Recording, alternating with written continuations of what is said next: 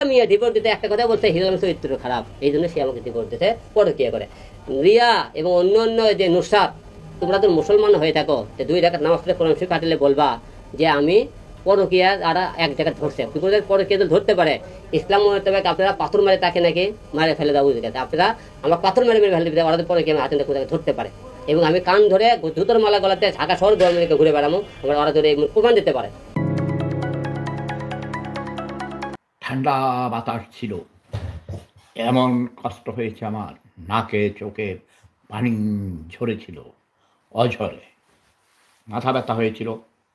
ঘরে এসে হিটার জ্বালিয়ে দিয়ে, এই যে এখনও আমার হিটার চলছে। এখন তার তৃতীয় স্ত্রী অফিসিয়ালি যদি ডিক্লেয়ার্ড না, ঘোষণা দেয় না, নায়ক নায়িকারা লুকাইয়া লুকাইয়া প্রেম করে বিয়ে করে, মনে হয় সে বিবাহ করেছে কিন্তু ঘোষণা দিতে চায় না। রিয়ামণি আমাকে বাবা ডাকে। হিরো আলমকে আমি অনেক ভালোবাসি। সে আমার প্রথম পরিচয়ের দিনেই আমাকে বাবা ডেকেছে।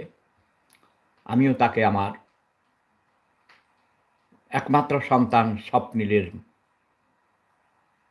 মতো করে আরেকটি ছেলে বানিয়েছি। হিরো আলমকে আমার জীবনে কখনো ব্যক্তিগতভাবে দেখি নাই, চিনি না। অনলাইনেই পরিচয় তার সাথে আমার, টেলিফোনের মাধ্যমে প্রথম পরিচয়েই সে আমাকে বাবা ডেকেছে।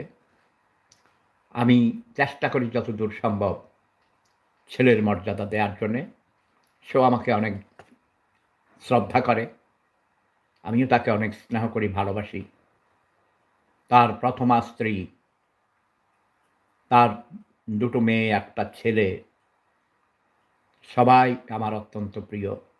তার দ্বিতীয় স্ত্রী নুসরাত আমাকে বাবা ডাকে, এখনও বাবা ডাকে।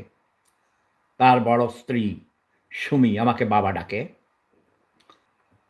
ওরা সবাই খুবই লক্ষ্মী। হ্যাঁ, হিরো আলমের বউ ভাগ্য খুব ভালো, মানে নায়িকা ভাগ্য খুব ভালো।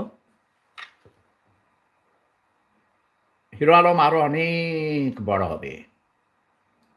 আপনারা সবাই দোয়া করবেন আমার দত্তক পুত্র হিরো আলমের জন্যে। তার ছবি দেখবেন, তাকে সহযোগিতা করা হবে।